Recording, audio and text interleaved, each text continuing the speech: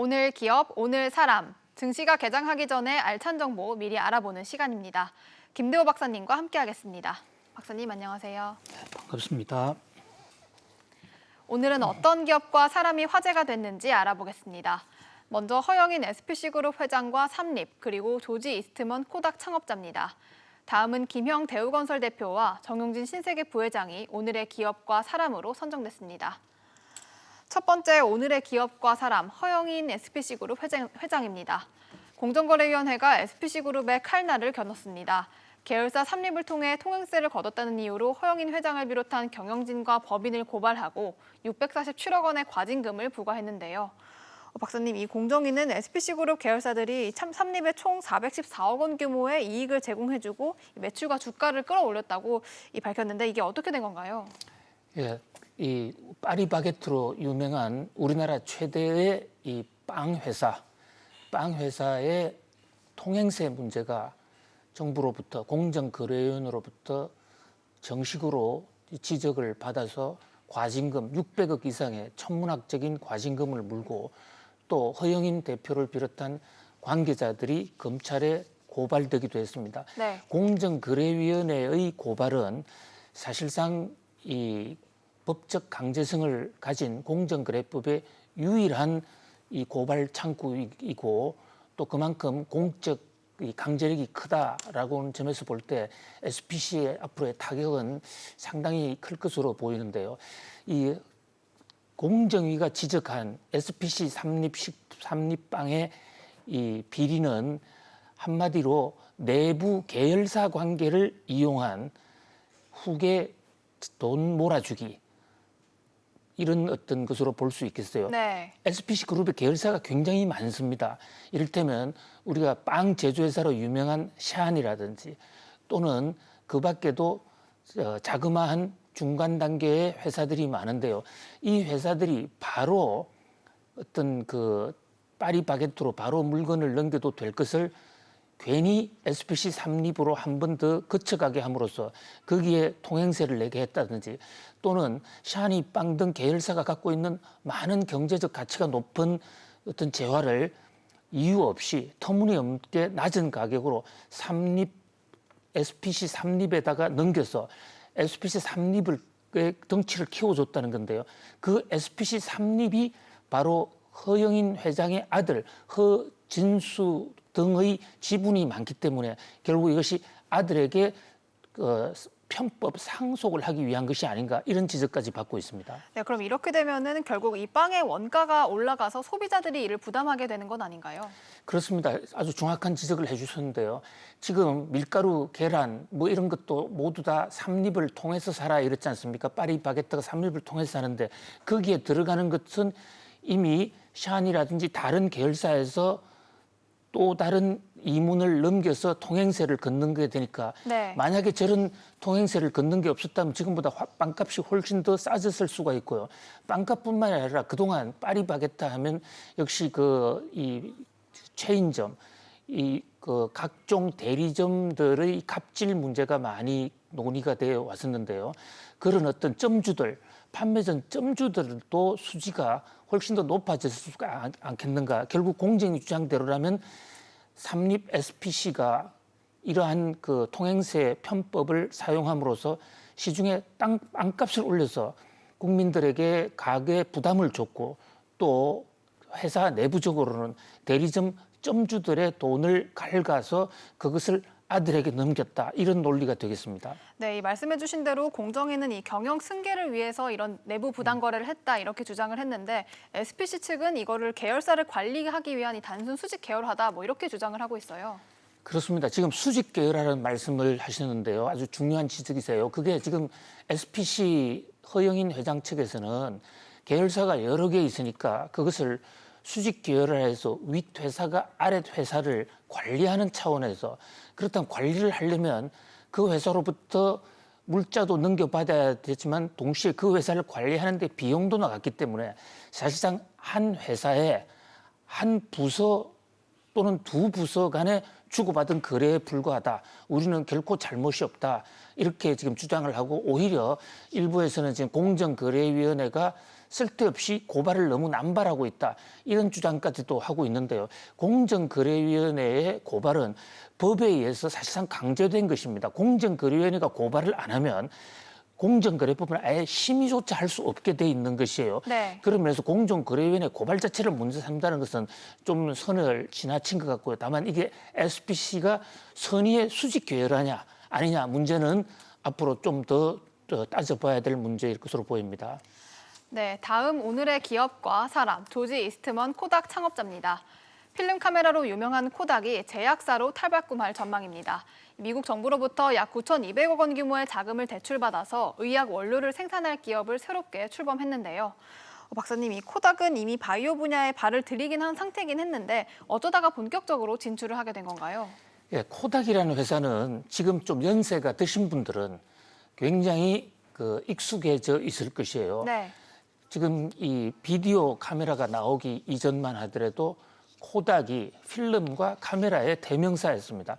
바로 저기서 필름이 코닥사에 의해서 개발이 됐습니다. 네. 이스트만 코닥이라는 사람이 원래 사진 기술자였는데 저것을 전광판을 통해서 인화를 해내는 그런 방식을 개발을 하면서 카메라가 대중화에 성공을 했거든요. 특히 이제 카메라를 인화할 때 그 감광지에 화학약품 처리를 많이 합니다. 네. 그래서 사실 이 코닥은 화학회사로부터 시작돼 있고 화학은 또 제약 바이오의 기초이기도 합니다. 그러나 그동안에 100여 년 이상 동안 꾸준하게 오래 필름이나 카메라 인쇄 부분에만 해오다가 최근에 트럼프 대통령과 어떤 서로 간의 이해가 맞아떨어지면서 그 이해라는 것은 한마디로 코로나 백신, 코로나 치료제를 좀 더 본격적으로 개발해보자.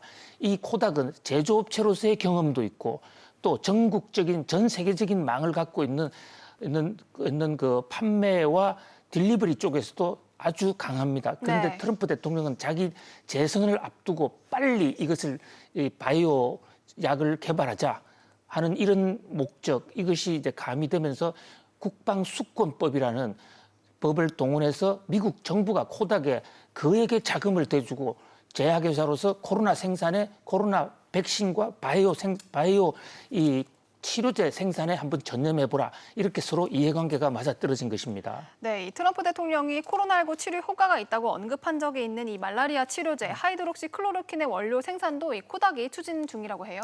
그렇습니다. 예.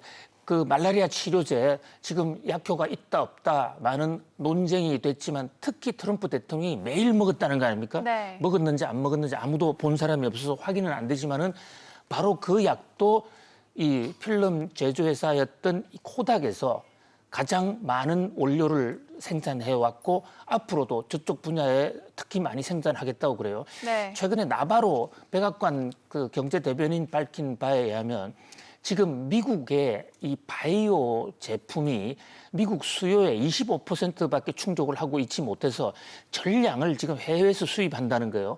75%가량을요. 네. 그래서 이 코로나 치료제는 물론이고 앞으로 미국 정부가 본격적으로 미국의 바이오 업체를 키울 필요가 있다. 그러면서 이제 그 첫 번째 시범 케이스로 코닥을 선정해서 우리 돈으로 무려 1조 원 이상의 돈을 25년 거치 상환 정도 매우 유리한 조건으로 집중 융단 지원을 하게 되는 것입니다. 네, 이 코닥 입장에서도 바이오로 전환을 하는 게 좀 유리한 게 아무래도 기존 사업이 좀 시대에 뒤처졌고 좀 파산 신청까지 한 적도 있었죠.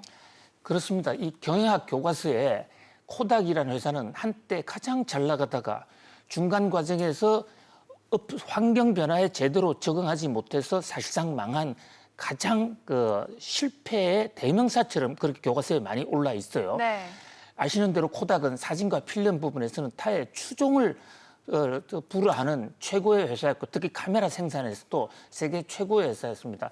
그런데 저게 1900년대 후반에 코닥 내부 제조팀에서 디지털 카메라를 개발을 했어요. 네, 이게 최초 개발이라고 하죠. 그렇습니다. 인류 최초의 디지털 카메라. 요즘 우리가 스마트폰으로 셀카라고 찍찍 찍어대는 이것도 원래 코닥에서 나왔습니다. 그런데 지금 코닥에서는 이것이 새 나가면 기존의 필름이 잘 안 팔릴 수도 있다 해서 이 기술을 사장시켜 버린 겁니다. 네. 그러는 바람에 다른 회사가 먼저 이 셀카를 개발하게 됐고 오늘날 스마트폰이 대세가 되면서 코닥은 사실상 법정 관리 들어가고 사실상 망했었죠. 그러다가 지금 간신히 그 법정 관리를 거쳐서 명맥을 유지하고 있는데 우리나라에도 지금 자회사가 들어와 있어요. 저 회사는 최근에는 그 필름 현상 기술을 이용해 가지고 인쇄 쪽에서 어느 정도 자리를 굳히고 있습니다만은 과거의 영광에 비해서는 매우 미약하죠. 그러나 제약 바이오 쪽으로 합치게 된다면 또 한 번의 신화 창조가 가능할 수 있지 않을까 그런 기대를 모으고 있고요. 아무튼 이 코로나19가 재계의 판도도 또 한 번 뒤흔들고 있는 그런 모습입니다. 네, 세 번째 오늘의 기업과 사람, 김형 대우건설 대표입니다. 실적 하락의 길을 걷던 대우건설이 결국 건설사 평가 순위에서도 5위권 밖으로 밀려났습니다. 국토교통부가 발표한 2020 시공능력 평가에서 포스코건설의 역전당해 6위로 떨어졌는데요. 박사님, 이 대우건설은 한때 이 순위에서 1위를 꾸준히 기록하기도 했는데 어쩌다 이렇게 실적이 떨어진 건가요? 그렇습니다. 대우건설하면 우리나라 건설의 사실상 이 대명사죠. 네. 지금 을지로 한복판에 있는 롯데빌딩, 그 70년대 당시만 하더라도 롯데호텔 빌딩은 최첨단의 건설이었습니다. 그것도 대우건설에서 지었고요. 동작대교도 대우건설에서 건립을 했습니다. 그러다가 전 세계 글로벌 건설이라는 기치를 내걸고 전 세계 곳곳에서도 아주 주요한 대목마다 대우건설이 혁혁한 공을 세웠더랬어요. 네. 대우그룹의 핵심 산업, 역량 산업 중에 하나였는데 이 대우건설이 김우중 회장의 좌입 경영으로 해서 무너졌죠. 그것을 금호가 인수했거든요. 네. 바로 이 대목이 금호가 대우를 인수하면서 문제가 발생했습니다. 네, 이 대우건설이 현재 아시아나항공 매각을 추진 중인 금호그룹이 과거에 인수를 했다가 매각을 했다고 지금 말씀해 주셨는데 네. 이 당시 금호그룹이 대우건설을 무리하게 인수했다가 금융위기가 터지면서 빚 규모가 늘었고 결국 지금의 유동성 위기까지 이어지게 된 거죠. 그렇습니다. 이 박삼구 회장하고 김우중 회장이 연세대학교 경제학과 동창들이에요. 굉장히 가까운 사이인데 연세대학의 캠퍼스 안에 박삼구관, 김우중관 두 분이 그 도네이션에서 지은 빌딩도 많이 있습니다. 근데 이분이 이제 내막적으로 가깝다 보니까 대우가 망할 때 그 알짜인 건설만큼은 친구한테 넘겨주자. 이래서 금호로 넘어왔는데 네. 인수 타이밍이 맞지 않았고 가격이 맞지 않아가지고 결국은 투백 옵션에 걸려서 이것을 이제 넘기게 되는데 그것을 안 넘기려고 아둥바둥하다가 아시아나 생돈을 빼먹게 된 거예요. 사실 아시아나는 매우 그 사업 구조가 그 경영 모델이 굉장히 건실한 회사고 앞으로도 굉장히 잘 될 수 있는 회사예요. 그런데 그 박삼구 회장의 이 대우건설 인수를 위한 무리한 차입 경영이 화를 불러서 아시아나가 오늘날 이 지경 좀 파탄 상태까지 이르렀거든요. 그 원인을 제공한 회사가 사실 대우건설인데 그만큼 어떻게 보면 대우건설이 알짜배기였다고 볼 수가 있죠. 그런데 결국은 대우건설도 아시아나로 넘어오면서 그 와중에 내부적으로 서울역 바로 앞에 있는 남대문에 있는 대우빌딩도 팔았죠. 그다음에 그 경영 상태가 많이 악화돼서 결국은 지금 산업은행 경영으로 사실 국영화되어 있는 상태죠. 네, 지금 10년째 주인이 없는 상태죠. 그렇습니다. 그래서 이걸 빨리 지금 팔아야 되는데 호반건설이 살려고 했고 여러 기업들이 살려고 했는데 가격이 맞지 않거나 여러 가지 제반 조건이 결렬되는 바람에 아직도 지금 민영화가 안 되고 있어요. 네, 이 민영화를 네. 위해서 시공 능력을 지금 올려야 되는데 이 시공 능력이 과거에 1등으로 올라가기는커녕 거꾸로 추락해서 시중에는 프로지오의 추락, 프로팅팅 프로지오 뭐 이런 얘기까지도 나오고 있는데 그 시공 능력이 더 떨어지니까 이걸 누가 사가겠느냐.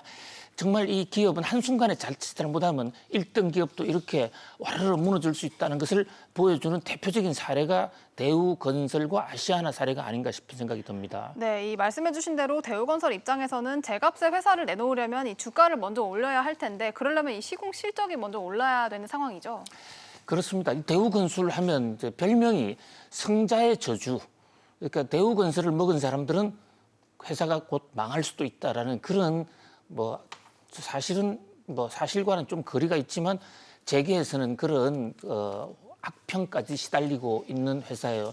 그런 면에서 지금 주가를 올려야 되는데 지금 주가가 계속 떨어지고 있고 또 최근에 와서 국내 건설 경기가 급격하게 지금 악화됐지 않습니까? 코로나19 때문에도 악화됐지만 새 정부 들어서 문재인 정부 들어서도 건설 쪽에 비중을 상당히 적게 뒀죠. 그런 면에서 사실상 대우의 마지막 영광, 이 대우하면 김우중 회장으로 유명하지 않습니까? 네. 이 김우중 회장이 이제 지난 2년 전에 돌아가셔서 또 한 번 주목을 끌었지만 최근에 연세대학교에서 그 김우중 동상을 세운다고 그래요. 역시 모교에서 마지막까지 공을 인정해 주는 것 같은데, 그러나 재계에서는 이 대우에 대한 공도 공이냐 과냐 서로 간의 찬반 논쟁이 굉장히 뜨겁습니다.